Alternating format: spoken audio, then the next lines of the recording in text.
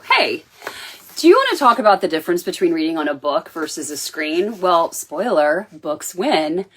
Reading and writing are inseparable. What you read and how you read it determines how well you can think and how well you can express what's happening inside your mind. But here's what most people don't realize. Reading is not a neutral activity. Marshall McLuhan said it decades ago. The medium is the message. The device you're reading on isn't just a container for words. It's actively shaping the experience itself.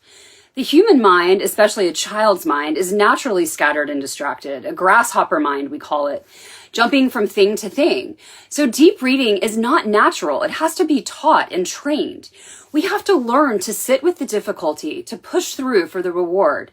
But screens have habituated all of us to what researchers call continuous partial attention. We're always half somewhere else.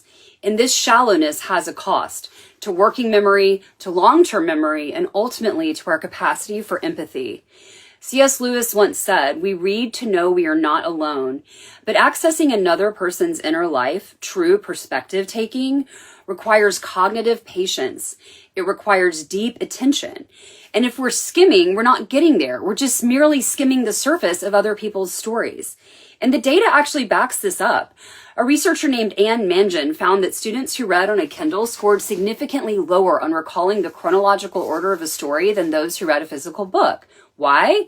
Because there's something embodied about reading a real book. You can feel where you are in it. We call it embodied cognition.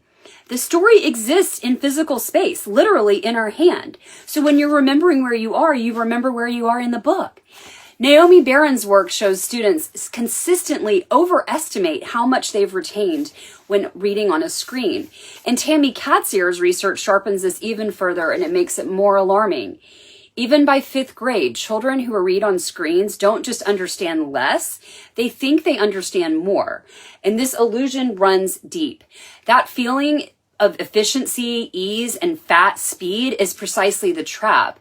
What registers as ease is actually a cognitive cost, increased load, reduced attention, and shallower processing.